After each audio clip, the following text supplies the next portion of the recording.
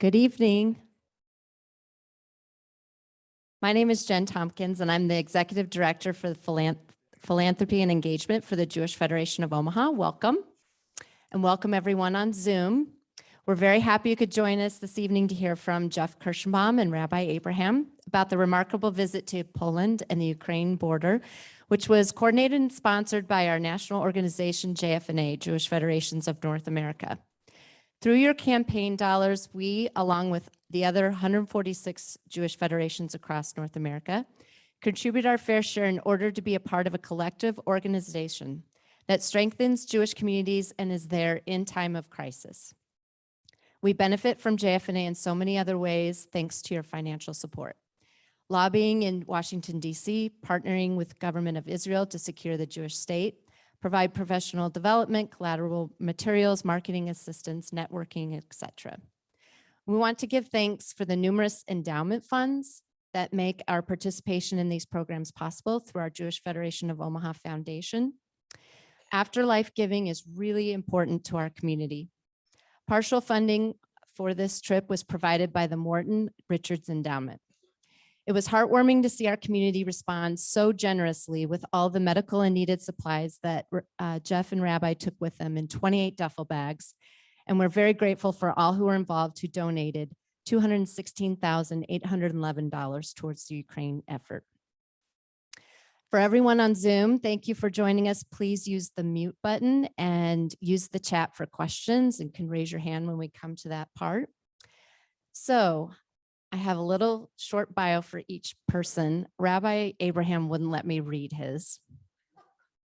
So I'll just say he's the congregational rabbi at Beth El, but he's always willing to volunteer his time, and we are thankful for his leadership.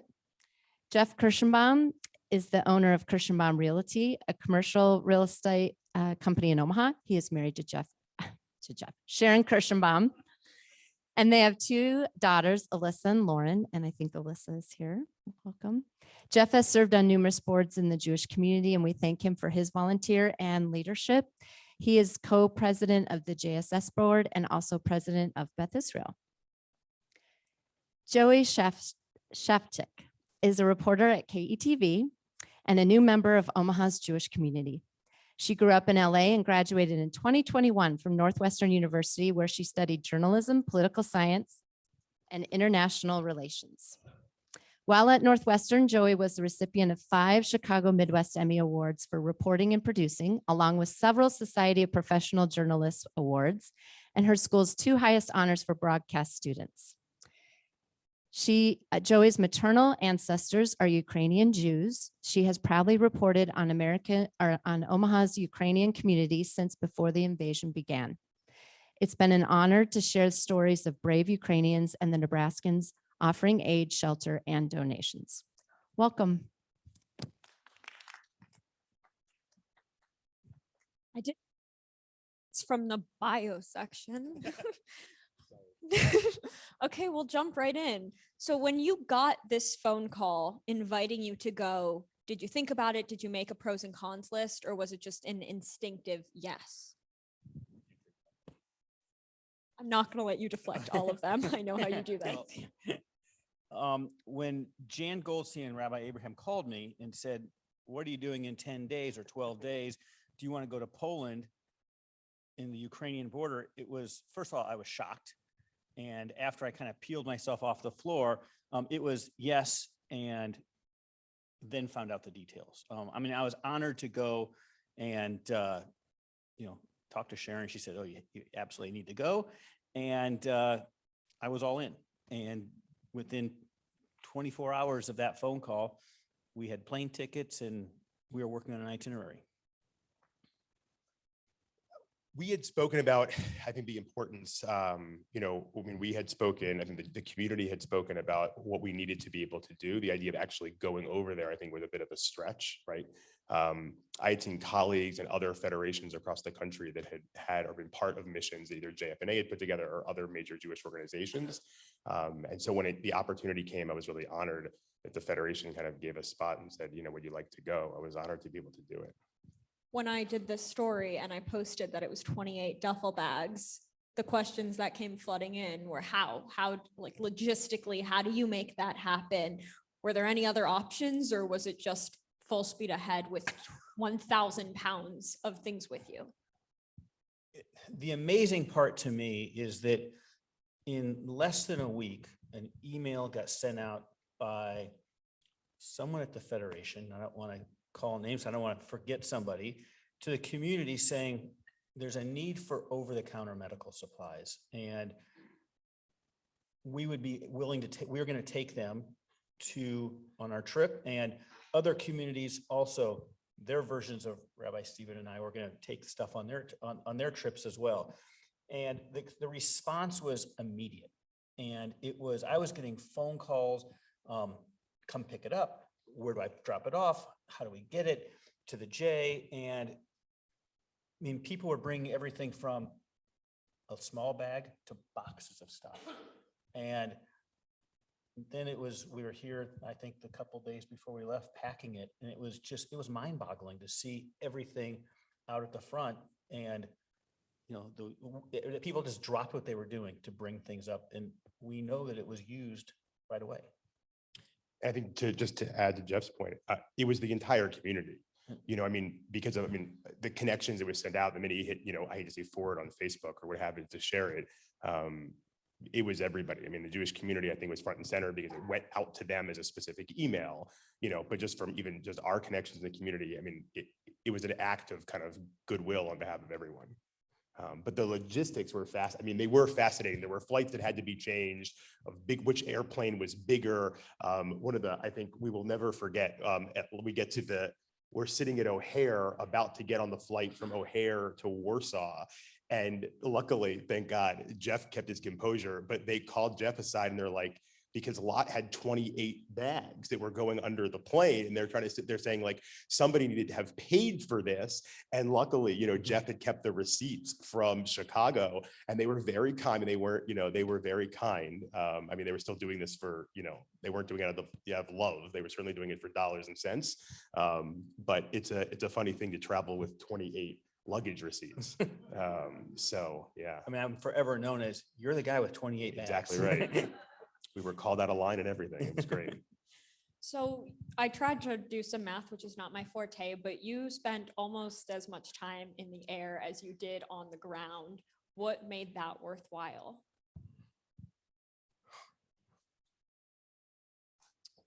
You're right. I mean, we probably spent 20 hours in the air, and we were, 50 or so. Yeah, it was a little bit, it was pretty quick. It was intense. To be able to see what was going on made it worth the trip, made it worth changing schedules, made it worth, whatever levels of hassle there were in life to go over there. How many opportunities, first of all, do you get to go on such an experience to see people who are being, kind of pushed out of their homes on its free will, to be able to kind of run, to be able to the response of the Jewish community, the Israeli government, to be able to see those kind of things. But it was also the ability for us to do this. I mean, both of us came back in that immediate Shabbat after that weekend, after, we spoke Friday night, just spoke Saturday morning at Beth Israel, to be able to say, hey, listen, we saw this. How many opportunities do you really get to be able to say you're giving to an organization, whether it be dollars and cents or time, and you get to see the end product, all the more so when it's halfway across the world. So I think for that, we were just ambassadors, going to come back and say, listen, the work that you're doing and the money that you're giving is really doing something incredible, and something that I certainly didn't have an appreciation for. I mean, I would go so far as to say the 20 hours, 25 hours of travel were worth it for me after 2 hours there, because we hit the ground running. We landed at basically 2 p.m. By 3 p.m, we were at our hotel.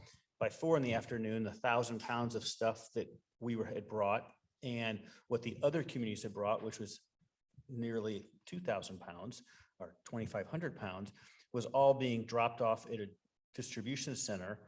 And within 3 hours, of 2.5 hours later, we were at the Focus Hotel, which was full of Jewish refugees who were in the process of making Aliyah to Israel. And to think that at 5 o'clock or 5:30, we're sitting around a room hearing these stories, and 4 hours before we were in a plane somewhere over Europe waiting, not still an hour from landing. that made it all worth it. Just hearing those initial stories, said, wow, I would, it was, the whole trip was worth it just for those first 3 or 4 hours. Were you prepared for what you were about to see and hear? No. No, not at all. Yeah, I mean, I had no idea what to expect. What surprised you the most? I mean, what surprised me the most is if I tell anyone in this room, say 9/11, everyone knows exactly what that means. In the Ukraine, that's February 24th. That's the day the war started. And up until February 24th, everyone's leading normal lives. They went to work, they went to school, kids did their activities, they led a normal life. And on February 24th, everything changed. And when we were there, it was 5 weeks ago, it was April 5th. They had already, the war was only 6 weeks old. Some of these people had been displaced for 3 or 4 weeks already. And it had taken them that long to escape from wherever they had been, Mariupol, Kyiv, Kharkiv, to Warsaw. And I don't know that you can ever prepare yourself for that type of, thankfully, many of us in this room have never had to experience something like what these people have gone through. To hear their stories and to see their faces and to hear what they were going through, I don't know that I could ever be prepared for something like that, at least me. I mean, I would take everything Jeff just said, but the other part becomes you're landing in Warsaw. Like you're landing in a city that regardless of whether the Polish government wants to admit what have you, but you're landing in a country that killed Jews. So you get there and all of the things that Jeff just said, and then you're putting yourself in a perspective of you're showing up in a country where you know the history. You know the history of the Ukrainian Jewish community, right? And by the way, the history of just Ukraine. And so I think that also adds a layer in there of you're traveling the 20 hours, but you're also like traveling through a story of history kind of back in time almost, because you show up and, I mean, if you went for a walk one day, went for a run, you're running through the Warsaw Ghetto. So as that's there, you're also then, traveling to see these things. And I don't think you can do that without the context.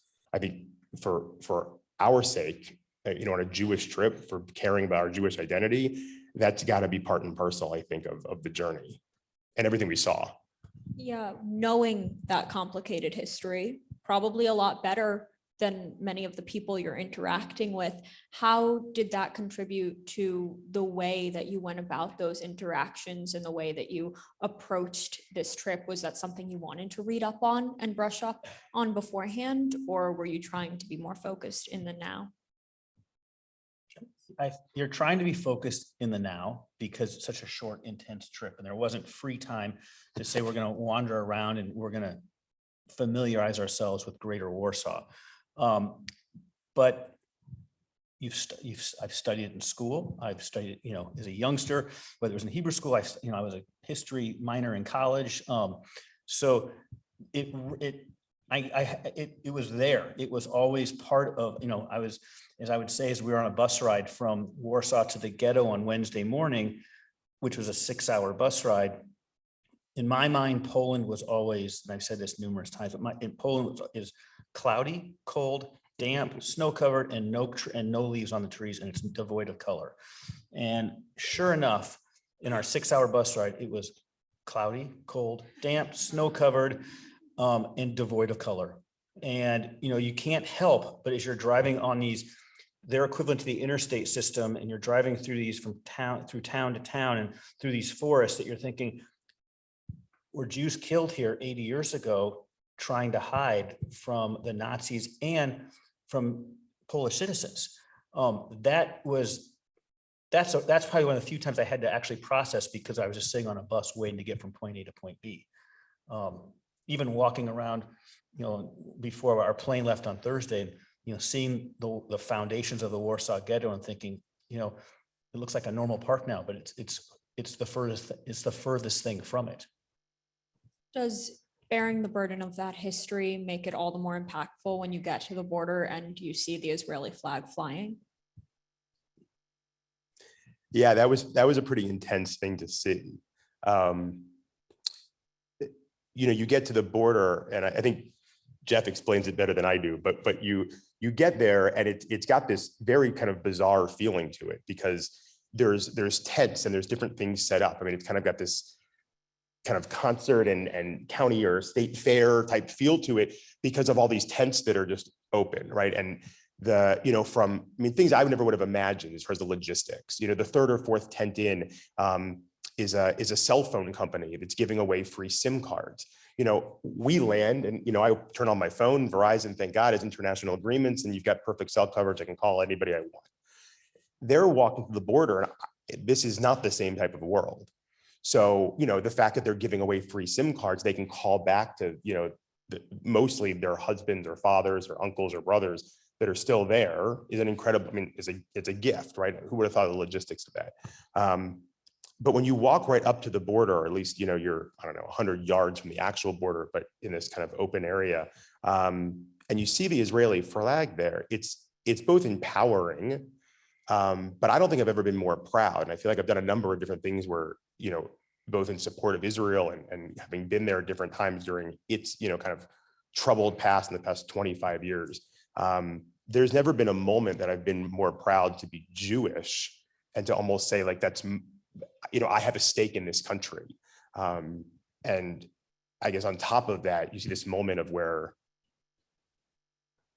the rich history of this country, of Poland and the Ukraine, of which, during World War II, there wasn't an Israel to go run to protect the Jewish kind of autonomy. To be able to now have that country's flag is flying, its doctors are there caring for everyone and anyone.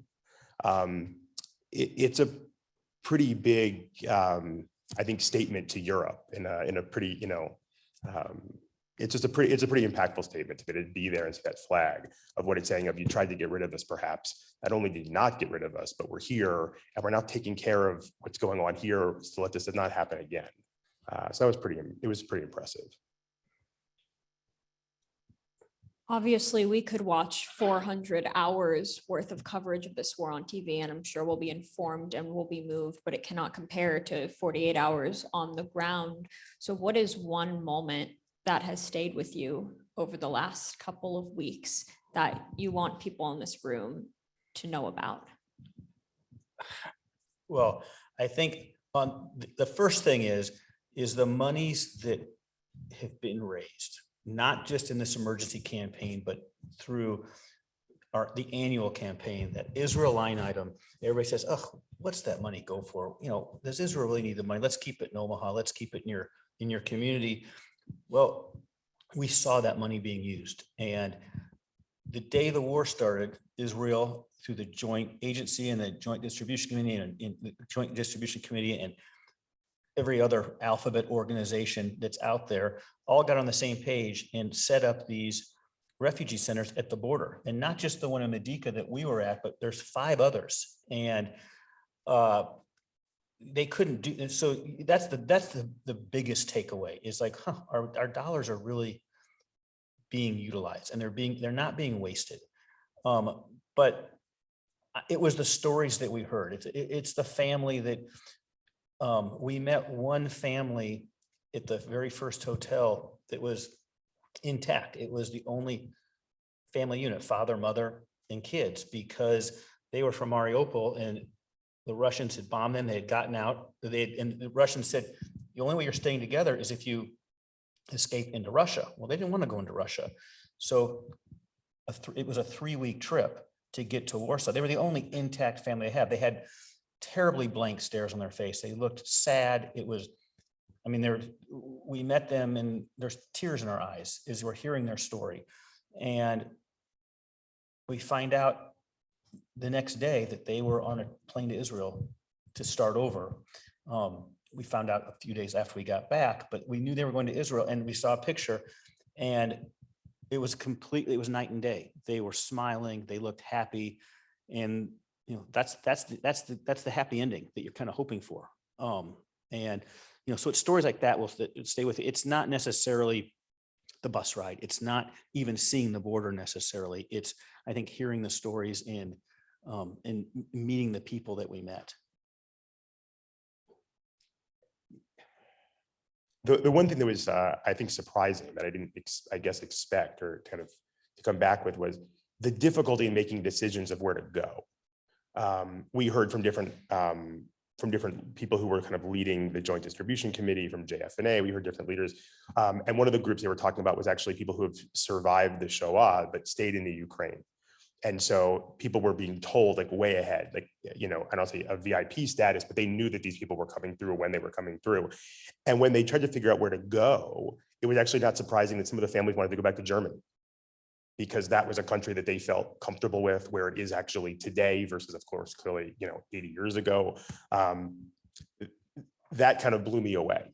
But the other part of that was, people have asked me here, well, what about like refugees coming and doing all, and the problem becomes, or as we kind of learned, was that because the families, that's one family we saw that was intact. Most of the families, if you're 18 to 60 or 65, you've been drafted essentially, right? You can't leave as far as the men were concerned. And so the families weren't prepared. I mean, many of them to say, I want to make Aliyah, unless you were going to, unless you had made the decision or you had family in Israel, the idea of going, was completely foreign to be able to do, let alone go across the Atlantic. Go all the way to the end of Europe and then cross the Atlantic. You're not going to come to the United States unless you absolutely have to, because you're leaving someone behind. And that's not what they want to do, right? They want to be able to go back and have, that's home. Not only seeing people and hearing the stories, but kind of understanding the calculus of what was going into the decision-making was heartbreaking, because I don't think any of us have probably had to make anything near as difficult a choice. And you're doing it, by the way, like on the run. You're going to make these decisions, just at very difficult times with, what kids would have you. So I really can't fathom that part. I know when we talked about some of those international volunteers who really left a mark. Would you like to share a little bit about what you saw there? It's amazing, because there really is no formal government. The Polish government's doing what they can. They're transporting people, they're guarding the border, but they don't have the resources. Seeing the Israeli flag there and seeing people from JFNA, the Joint Distribution, the Jewish Agency, from all over the world, who have dropped what they're doing to go and be volunteer to work with these refugees. And it's not an 8-hour day and I'm going to knock off and go have a beer. They're 18, 20-hour days, 7 days a week. One of the first people we met, she is, I believe, the Federation director in somewhere in South Carolina, new, but she's Ukrainian. She dropped she's a relatively new CEO, executive director. She's on the ground at the Focus Hotel because she's Ukrainian, she speaks Ukrainian, she can, and she's going to be there as long as she needed to be there, working 18, 20 hours a day. To me, that was, I kind of felt like, what are we doing here? We're just watching, and these people are working, tirelessly to help people, whether Jewish or non-Jewish, start over or figure out what their next step is. That to me was truly amazing. Because that is as selfless of work as you'll ever see. In the month or so that you've been back, a little bit over a month, what has processing looked like for you when you turn on the TV and see coverage of the war? Has your perspective changed? It's interesting. We spoke about this a couple of times when we were there for the time we had to actually turn on television. I've done my best to read as much international news as possible that's in English, clearly, from overseas, because it was just different. Being here, you hear about sites and locations of there, you're hearing stories, right? Like on CNN International. So it's a little bit different as far as the processing. Because again, it goes back down to individual people, right? It's to hear 2.5 million people displaced. I can't fathom that no more than I can imagine 6 million people, killed in the show. you can't do anything with that number. When you meet families, it changes how you think about it. So I think over the past month, you continue to see it. The other part about it, I think, is the longer this goes on, I wonder where it sits in people's consciousness. It was sexy a month and a half ago, right? Like for us to go a month and a half ago, to be there, to bring 28 bags, to do all those things. I wonder if this will be that way, if this continues to drag on. I mean, that may depend on media. That may depend on a lot of different things. But that's the one thing that's kind of kept close to my heart, is trying to still just to pay attention, because, there's lots of things that kind of rule the day on what's important, or kind of, trending on Twitter, if you will. So. I mean, the situation is changing regularly. When we were there 6 weeks into the war, the border was relatively quiet. There was just a steady stream of people coming in. A week prior, the line had been 3 miles long in Ukraine to come into Poland. So it changes by the day. So you can't help but wonder what the situation is like today. Today, the number of refugees aren't 2.5 million. I've heard now it may be 5 million.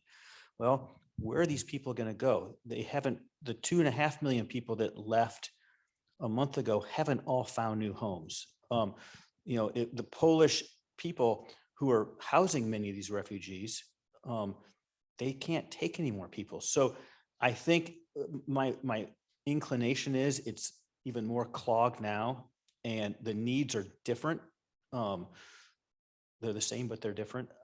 And I have the same concerns that Rabbi Abraham does, that if this goes on for another year, 6 months, a year, do we become numb to it?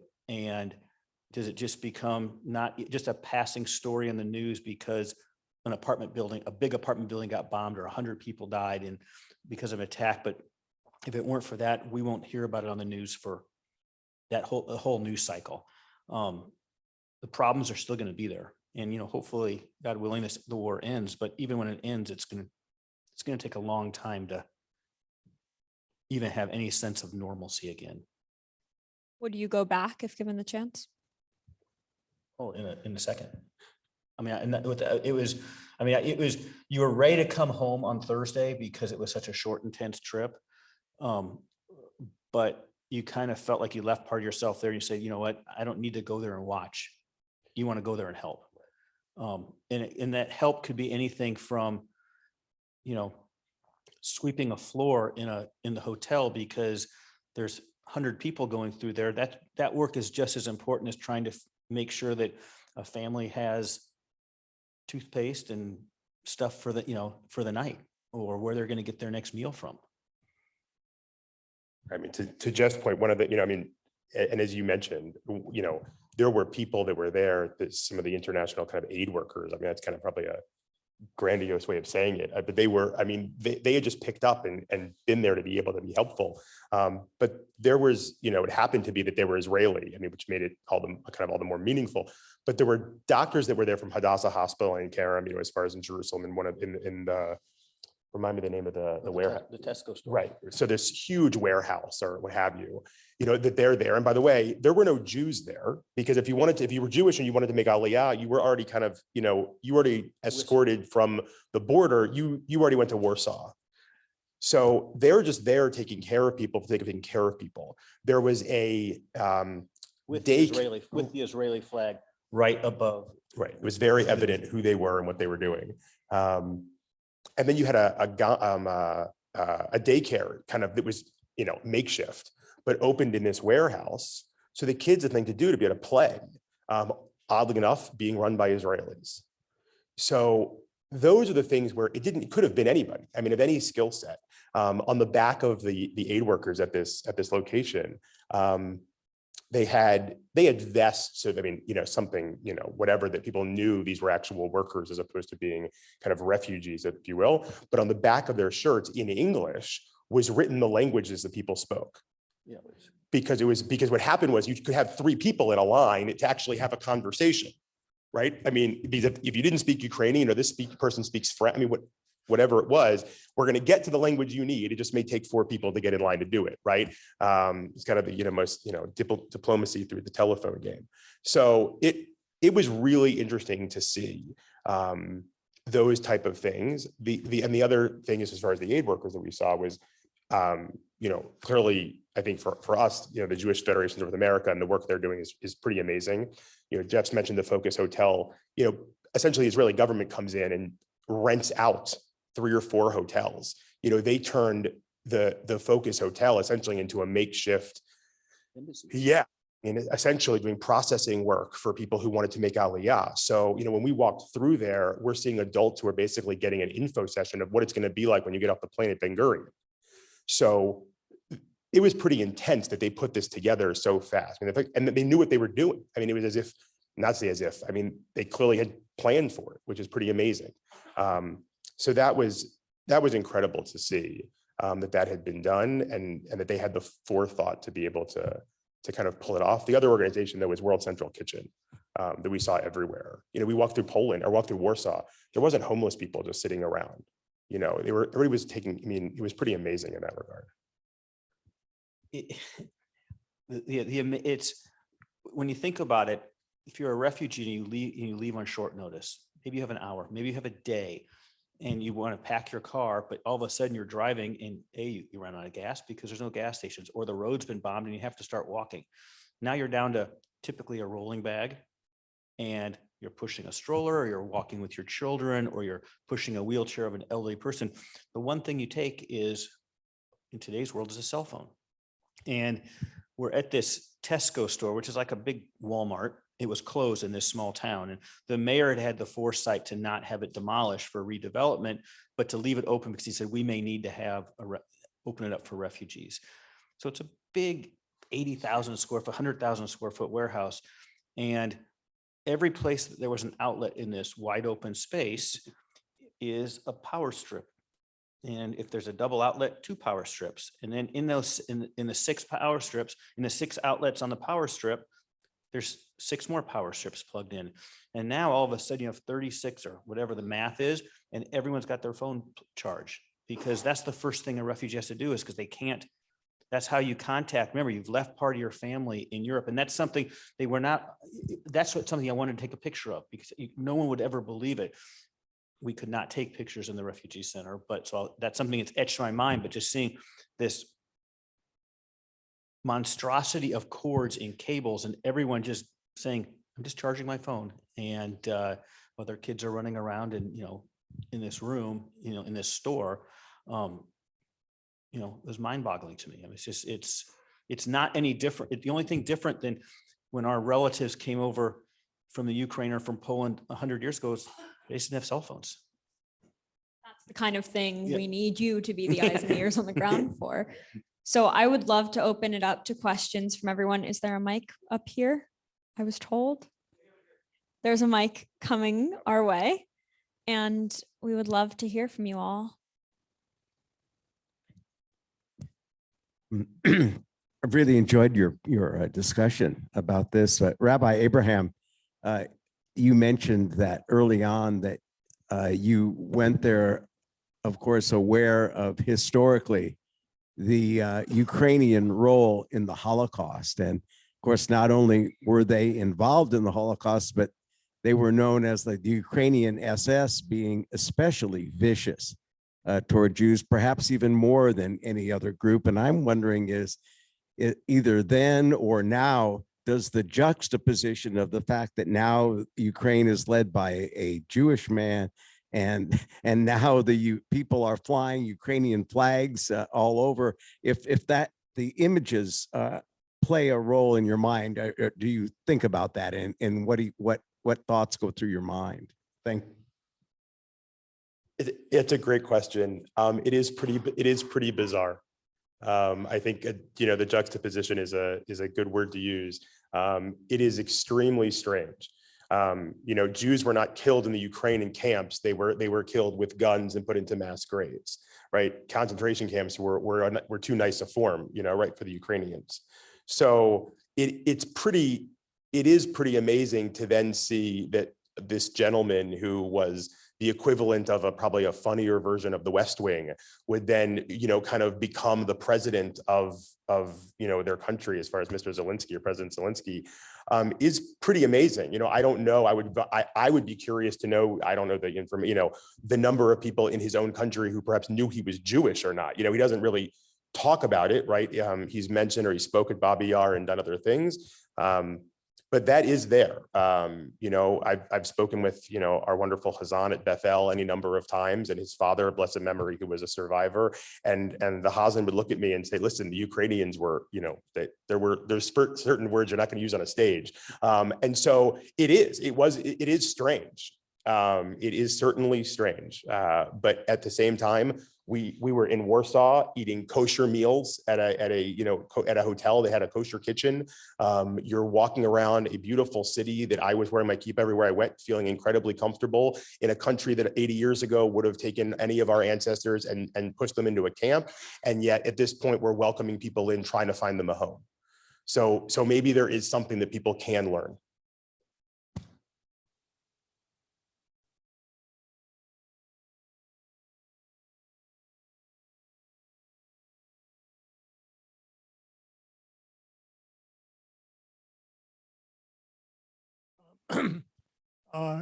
I've been lucky, or I was lucky about 10 years ago, to live in Ukraine for half a year. And from what I attended a conference there in Kiev of military veterans, and the history of the Jewish involvement, or what happened to Jews, is fascinating. There were two large infantry divisions of Ukrainian soldiers who were in the German army, and they are today veterans. And I saw movies of them marching in Nazi uniforms. Likewise, the majority of Ukrainians fought in the Russian army, and many Ukrainians volunteered and worked in the concentration camps. And some of these people who have been tried, I forget the guy's name, in Cleveland a few years ago, was a Ukrainian. And the reason they give today for being anti-Semitic was that when they volunteered to work in the killing Jews, they got better food and better rations, and so that was their excuse. The point is that the attitude towards Jews in Ukraine historically is very mixed. In many small towns, Jews got along very well, and then came the Pale and the pogroms, and these older Ukrainians know that. And so the amazing thing is Zelensky being elected president. The second amazing thing is that there are Jewish settlements in almost every sizable Ukrainian town today, with rabbis, mostly Hasidic, mostly Lubavitchers, and they're doing an excellent job. And in some of the towns in Kiev, in Lvov, for instance, there's a large Jewish settlement. The rabbi is not Hasidic; he's from another group. But there are today, the attitude, from what I could see, is favorable towards Jews, and the history is about as mixed as you can get. Knowing all of that, the claims that seem to be fairly outrageous coming from Putin about denazification as his justification for this war, does that add fuel to a fire? Does that make your blood boil? What does the impact of that have on you? I find the comment, I'm not even sure how you dignify it with a response, in all honesty. There's clearly a very long and complicated history in Ukraine with the Jews. But let me tell you one little good story. When we had been there less than 2 hours, we're at the Focus Hotel, and sitting next to the intact family I mentioned earlier is an elderly man, probably in his 70s, 60s, 70s, with a physically disabled son. Now remember, this is a hotel that is nothing but are Jewish refugees who are going to make Aliyah. Yet this gentleman and his son are not Jewish. And we were trying to find, and remember, they didn't plan who we were going to talk to. These were just the refugees that happened to be there that day. And this elderly man takes out a shoebox, a tattered shoebox. Remember, he has all of his possessions, and in it is a medal from Yad Vashem as a righteous Gentile that his mother hid children during World War II. After the war, the children ended up in Russia. When the Soviet, after World War II, they really couldn't communicate with the family. They kind of lost touch. Fast forward, the children ended up in Israel. They ended up reconnecting with this guy, with his family. The mother had since passed away. And they said, whatever you ever need, we will take care of you. And sure enough, the war starts. They reached out to this gentleman and he said, no, I'm fine. I'm fine. We're fine. And a week later, we're not so fine. The Jewish agency was called. Within 12 hours, they were at his house in, I want to say they were in Kiev, and within a day they were in Warsaw. And they are going to live in Israel with this family because they said, you saved us, our house is your house. And that to me, that's chilling to me. And as complicated as the history is, that's the real story that we have. I'm not going to minimize that, there's a reason why I'm sitting here and not probably in Kiev, because my dad's family came 100 years ago because they weren't so welcome there. But it is a complicated history without a doubt. And, but the part, if I have a good feeling after that story. It is a history riddled with trauma. Again, Yeah. we're both sitting here because of that Right. trauma. But as of 2016, there were still between 50 and 100,000 Jews calling Ukraine home. Is this war going to change that? The people you spoke to, even those making Aliyah, did they want to return?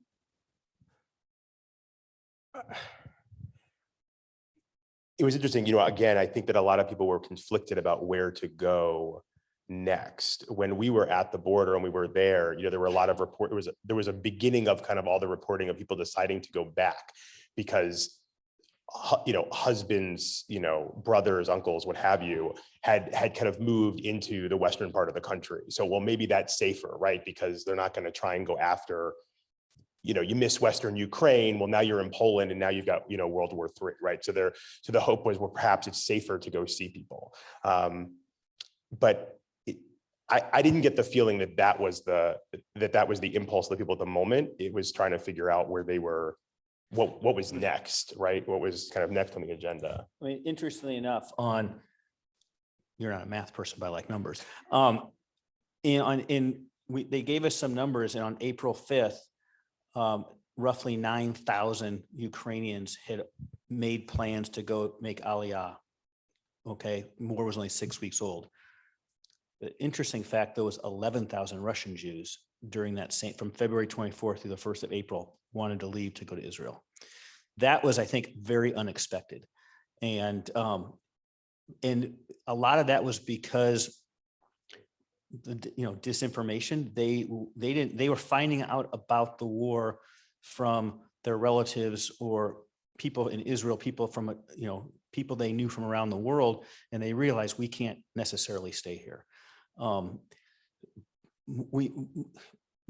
of the Ukrainians, as Rabbi said, how do you make a decision on where to go if half your family couldn't get out?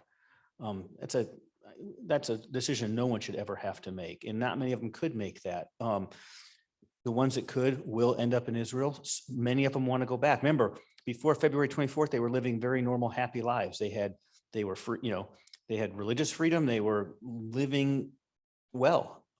And so for all that to change and then to say, okay, we're going to pick you up and move you to another country, to halfway around the world, wherever that's going to be, that's very hard to process, I think.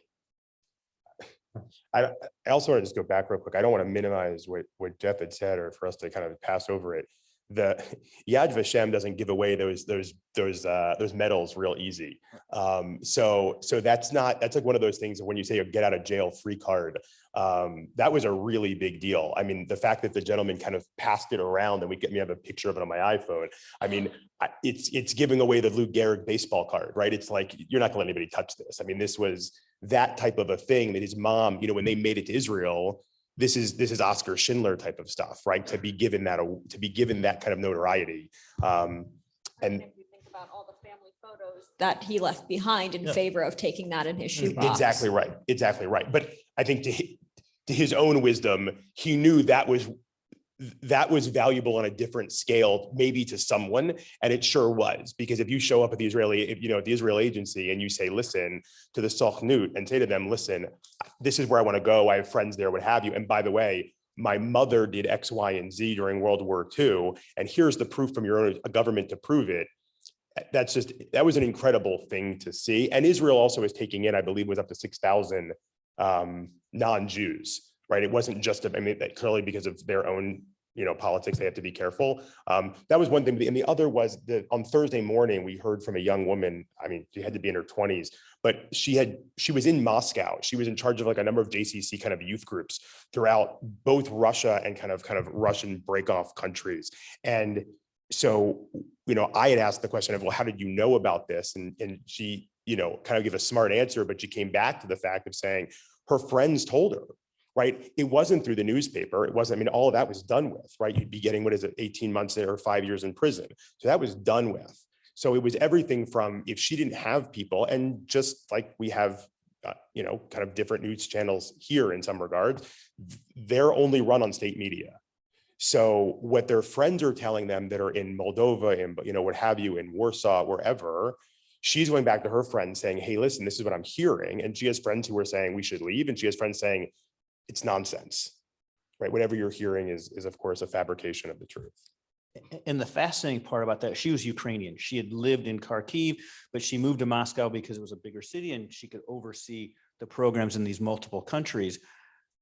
She felt she had to leave because she had been having communications about the war. She felt for her safety. She says, I can never go back. She's 25, 26, and we met her at at a Hampton Inn hotel in Warsaw, which happened to be one of the other hotels that the Israeli government had taken over.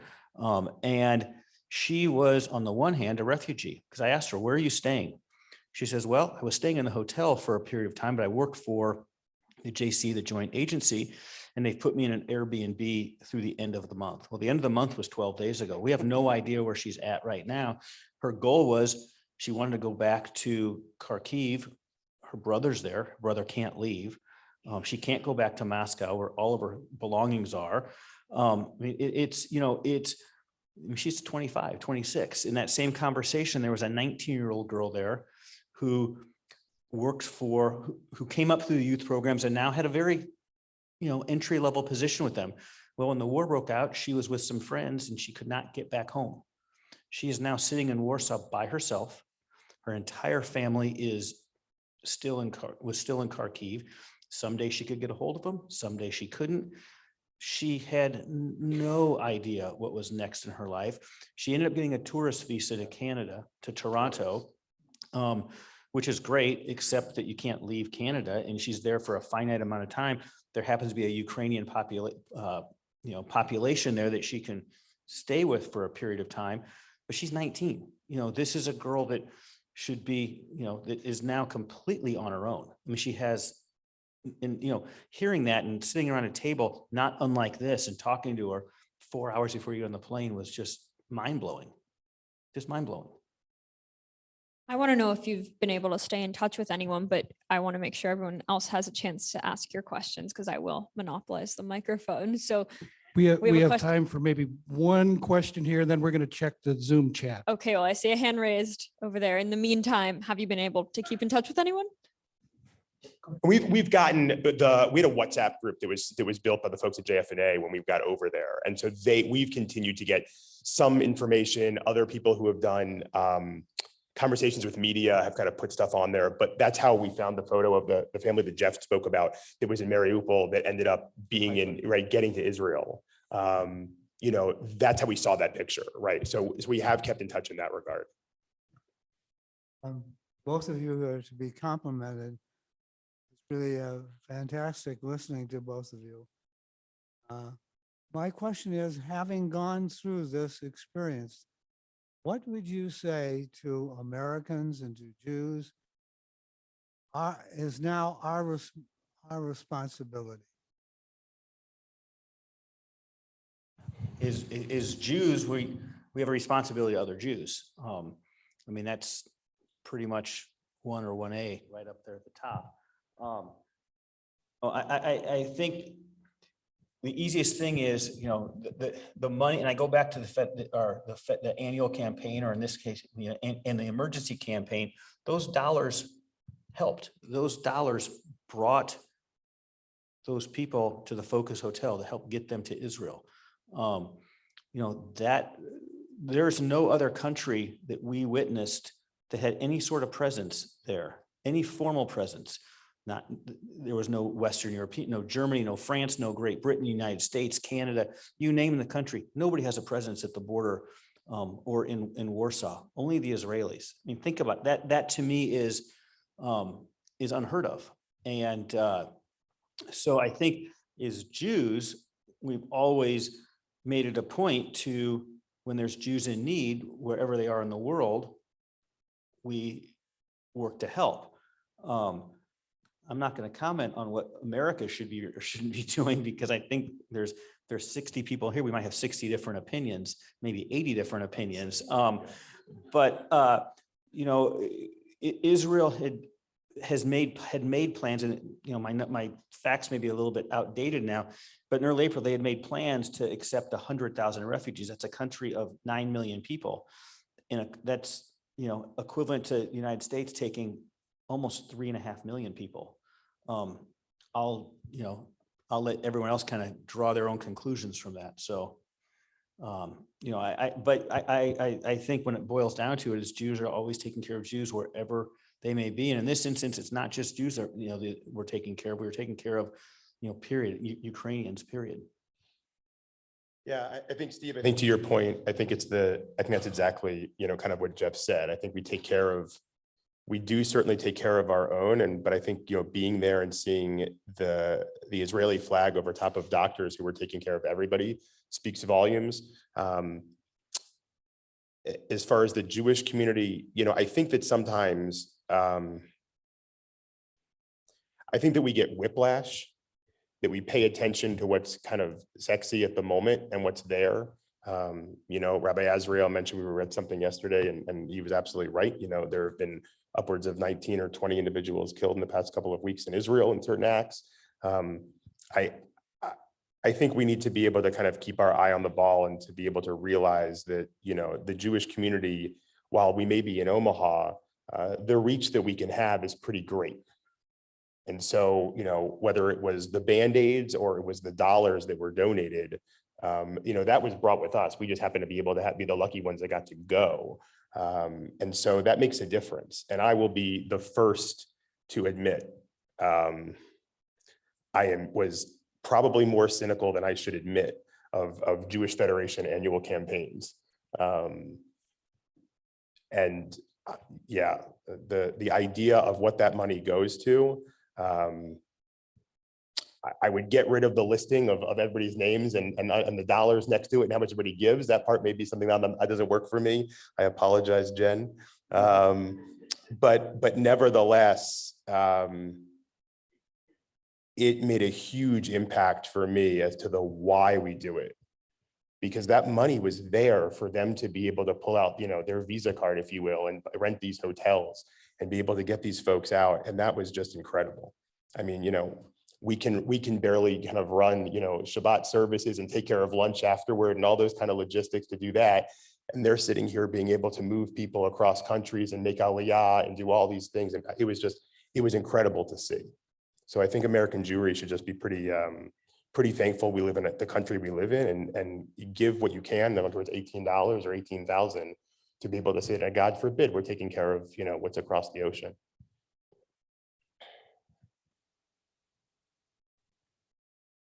Yeah, we have one, and I know it's been addressed somewhat, but Robert from the chat asks, and I'll summarize it somewhat. Since you have been there and have seen the situation, what is the primary thing that you would recommend that be done by people here? I don't want to take Jen's thunder away, but my inclination is there will be another campaign. The monies that have been raised have been terribly helpful, but the longer this drags on, the more resources are going to be needed. And the next campaign's never as easy as the first campaign, because as Rabbi alluded to, it's not front page news anymore. And it could get very challenging for, the needs may be greater. They may be different, but they're going to be greater. Maybe more refugees. All of a sudden, the longer the war lasts, there's the more people that are going to come to the realization there's nothing to go back to. They wanted to go back to their home, and whether it was Kiev or a small town or that had been not bombed before they had evacuated, but now it may not be there. So I think the needs are going to be great, and I think there's going to be a need for additional funds. This isn't going to be an issue that's going to go away with one campaign and everybody gets to go on their happy way and everything's back to normal, unfortunately. I'll wrap it up by saying I think my biggest takeaway is that we are living through history, that this is a moment we will reflect on and talk about. And it's so interconnected to all of the history that we look at right now and might think is so distant, is so far away, but is really just as relevant now as ever. So what are your biggest takeaways? What do you hope people go home and ruminate on and tell their neighbors about that we can't see for ourselves, so that people are inclined to donate when the time comes? I would say I think it's been said, but just for the sake of finality, it's doing something, right? That the money that's being raised, no different than the kind of the band-aids that were carried over there, they are actively doing something that I certainly couldn't appreciate, what that was. But as Jeff alluded to and said, beautifully, that once we got there, all of the goods that had been brought, the 28 bags, the 50 or some odd total from all that was unloaded and was being moved to where it needed to be able to be moved. And we sit here in the middle of the United States of a smaller sized Jewish community. We got there and there were Polish Jews or Ukrainian Jews who, they may not know where Omaha is on a map, but they knew that we showed up and we're trying to be helpful. And I think that just speaks volumes. And so whatever we can do, whether it's, if people go back and it's the tachlis actual items, fantastic. If it's giving the $18, I think that's, even better, because at this point, I would admit, I think they know what they need to be spending the money on better than we know that. So let's just give them the ability to, use their Visa card and go do what they need to do. Well, I know I speak on behalf of everyone when I say thank you for taking this trip. Thank you for lugging 1,000 pounds of donations and for being our storytellers, our eyes and ears on the ground. It's really, really powerful. So thank you for asking your questions and for listening and joining us tonight. And thank you for making that journey.